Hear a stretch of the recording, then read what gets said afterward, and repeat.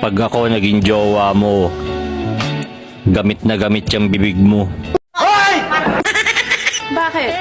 Dahil masarap akong magluto. I love it. May napatayo rin ako. Pero, hindi bahay.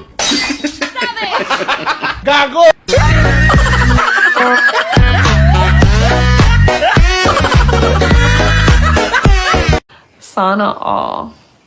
Kung sino man dito ang may narating na sa buhay, gusto ko lang malaman saan kayo dumaan.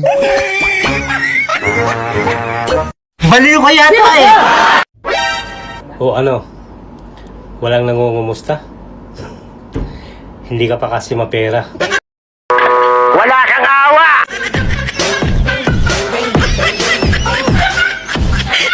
Sinabi niya pa sa akin sobrang sakit. Baklang ulila. Totoo ba yon? Na sinabihan mo siya ng baklang ulikba?